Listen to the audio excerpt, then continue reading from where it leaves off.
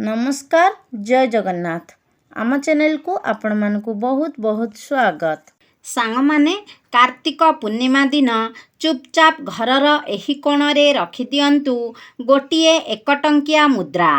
राताराती बनिजिबे कोटिपति। माता लक्ष्मी टाणी होई आसिबे आपणक गृहकु।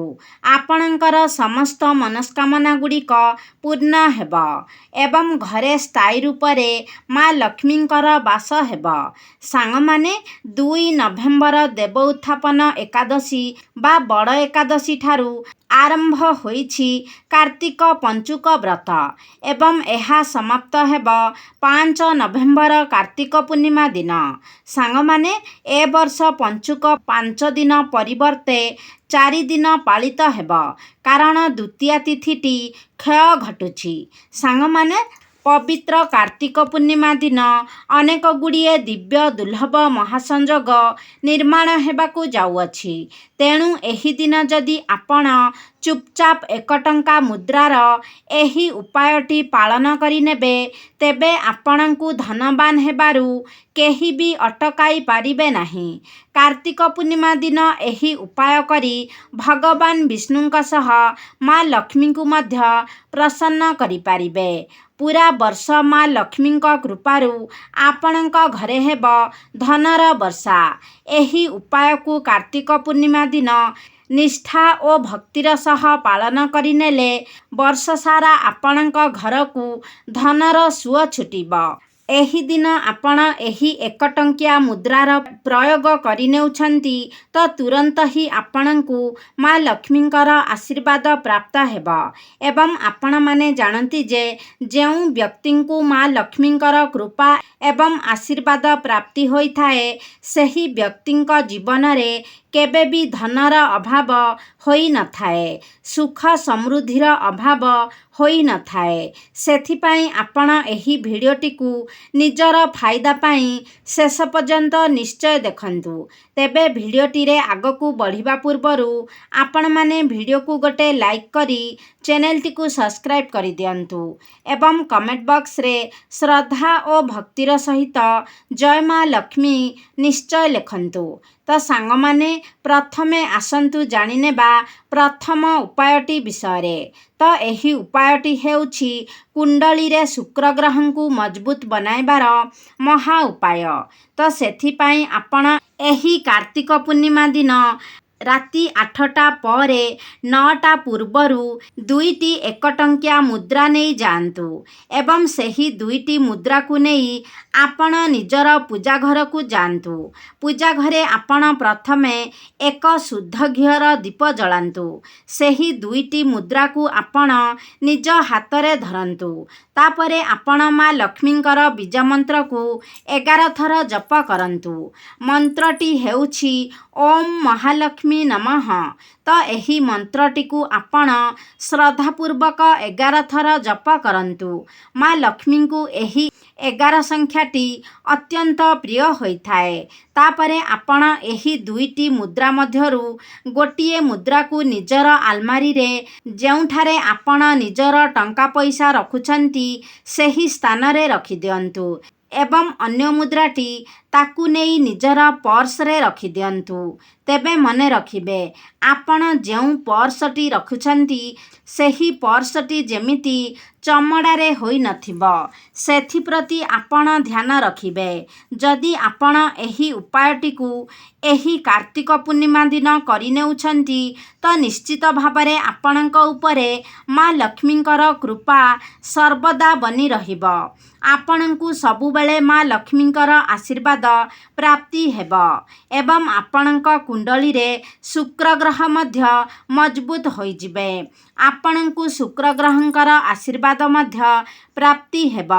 धन संबंधित आपण जहाँ भी निर्णय नेबे सेथिरे आपणकू सफलता मिलिबाकू लागिबो। आपणक जीवन को धन आसीबा आरंभ होई जिबो एवं जेउ धन आपण रोजगार करिबे ताहा आपण संचय करिबारे मध्य समर्थ हेबे। जहा फलरे ଆପଣଙ୍କର ସଞ୍ଚିତ ଅର୍ଥରେ ମଧ୍ୟ ବୃଦ୍ଧି ହେବ।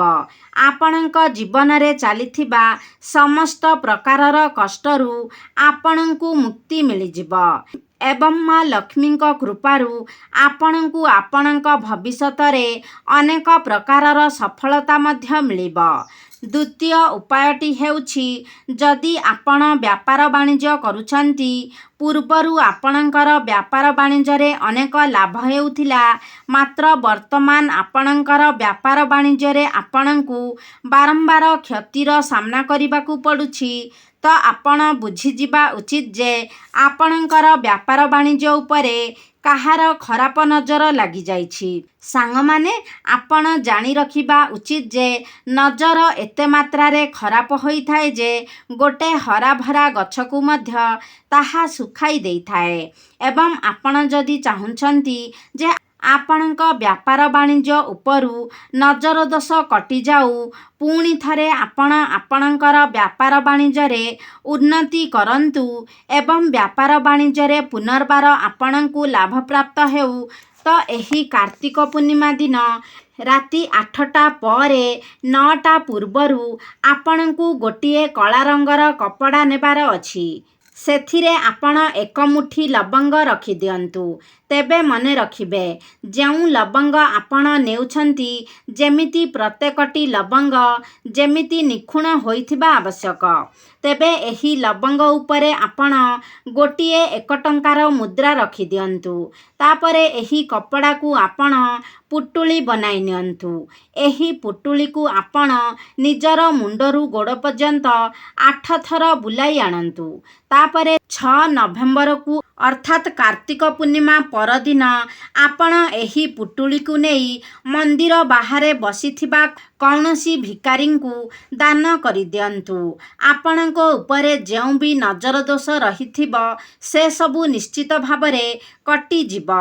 ଯଦି କୌଣସି ନକାରାତ୍ମକ ଶକ୍ତିର ପ୍ରଭାବ ଆପଣଙ୍କ ଉପରେ ଥିବ, କୌଣସି ତନ୍ତ୍ରମନ୍ତ୍ରର ପ୍ରଭାବ ଆପଣଙ୍କ ଉପରେ ରହିଥିବ, ତ ସେସବୁ ମଧ୍ୟ ସମ୍ପୂର୍ଣ୍ଣ ରୂପରେ ଦୂର ହୋଇଯିବ। ଯେଉଁ କାରଣରୁ ଆପଣଙ୍କର ବ୍ୟାପାର ବାଣିଜ୍ୟରେ ବାରମ୍ବାର କ୍ଷତିର ସାମ୍ନା କରିବାକୁ ପଡ଼ୁଥିଲା, ସେସବୁ ସମସ୍ୟା ଆପଣଙ୍କର ଦୂର ହୋଇଯିବ। ଏହି ଉପାୟଟିକୁ କରିବା ପରେ ଆପଣ ନିଜେ ହିଁ ଦେଖିପାରିବେ ଯେ ଆପଣଙ୍କର ବ୍ୟାପାର ବାଣିଜ୍ୟରେ ଆପଣ ଧୀରେ ଧୀରେ ଉନ୍ନତି କରିବାକୁ ଲାଗିବେ। ବ୍ୟାପାର ବାଣିଜ୍ୟରେ ଆପଣଙ୍କୁ ଧୀରେ ଧୀରେ ଲାଭ ମିଳିବା ଆରମ୍ଭ ହୋଇଯିବ। ବ୍ୟାପାର ବାଣିଜ୍ୟରେ ଆପଣଙ୍କର ଧନ ବୃଦ୍ଧି ହେବା ଆରମ୍ଭ ହୋଇଯିବ। ତ ଏହି ଉପାୟଟିକୁ ଆପଣ କାର୍ତ୍ତିକ ପୂର୍ଣ୍ଣିମା ଦିନ କରିବା ପାଇଁ କଦାପି ବି ଭୁଲନ୍ତୁ ନାହିଁ।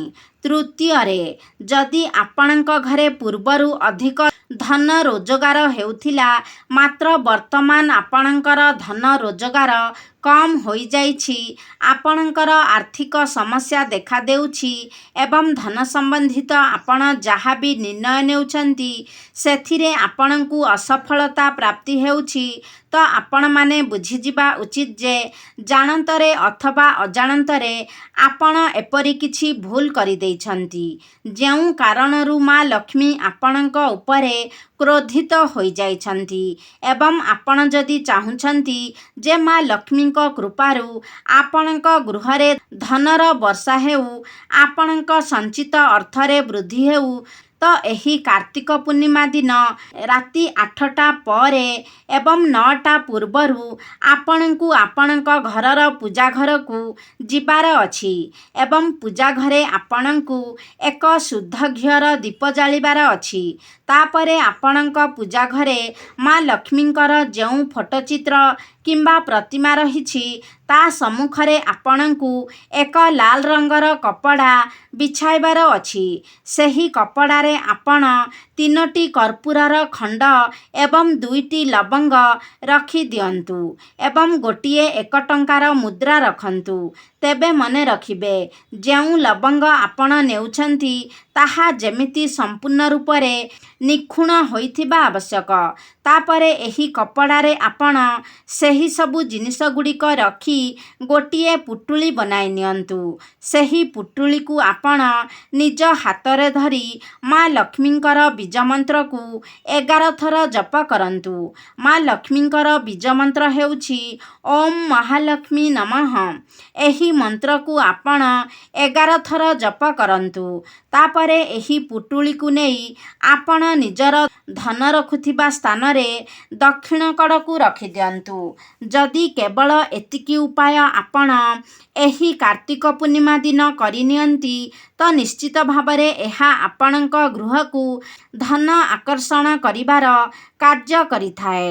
କାରଣ ଏହି ପୁଟୁଳିଟି ଅଭିମନ୍ତ୍ରିତ ହୋଇଯିବ ଏବଂ ଧନକୁ ଆକର୍ଷଣ କରିବାର ଚୁମ୍ବକ ଭଳି କାର୍ଯ୍ୟ କରିବ, ଯାହାଫଳରେ ନିଶ୍ଚିତ ଭାବରେ ଆପଣଙ୍କ ପରିବାରରେ ଯାହା ବି କିଛି ଆର୍ଥିକ ସମସ୍ୟା ରହିଥିବ ତାହା ଧୀରେ ଧୀରେ ଦୂର ହୋଇଯିବ।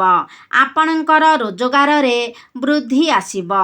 ଅନେକ ଦିଗରୁ ଆପଣଙ୍କୁ ଧନ ପ୍ରାପ୍ତି ହେବ ଏବଂ ଆପଣଙ୍କୁ ମା ଲକ୍ଷ୍ମୀଙ୍କର ମଧ୍ୟ ବିଶେଷ କୃପା ପ୍ରାପ୍ତି ହେବ। ତ ସାଙ୍ଗମାନେ, ଏହି 3ଟି ଉପାୟ ମଧ୍ୟରୁ ଆପଣଙ୍କ ପାଇଁ ଯେଉଁ ଉପାୟଟି ଆବଶ୍ୟକୀୟ ଅଟେ ଆପଣ ସେହି ଉପାୟଟିକୁ ଏହି କାର୍ତ୍ତିକ ପୂର୍ଣ୍ଣିମା ଦିନ ନିଶ୍ଚିତ ଭାବରେ ପାଳନ କରନ୍ତୁ। ଏହି ପ୍ରୟୋଗଟିର ଚମତ୍କାର ନିଶ୍ଚିତ ଭାବରେ ଆପଣଙ୍କୁ ପ୍ରାପ୍ତି ହେବ। ତେବେ ସାଙ୍ଗମାନେ, ଆଶା କରୁଛି ଆଜିର ଭିଡ଼ିଓଟି ଆପଣମାନଙ୍କୁ ନିଶ୍ଚିତ ଭାବରେ ଭଲ ଲାଗିଥିବ। ଯଦି ଭଲ ଲାଗିଛି ତାହେଲେ ଲାଇକ୍ କରନ୍ତୁ, ସେୟାର କରନ୍ତୁ। ଆମ ଚ୍ୟାନେଲକୁ ଯଦି ସବସ୍କ୍ରାଇବ୍ କରିନାହାନ୍ତି ତାହେଲେ ସବସ୍କ୍ରାଇବ୍ କରିଦିଅନ୍ତୁ ଏବଂ କମେଣ୍ଟ ବକ୍ସରେ ଜୟ ମା ଲକ୍ଷ୍ମୀ ନିଶ୍ଚୟ ଲେଖନ୍ତୁ।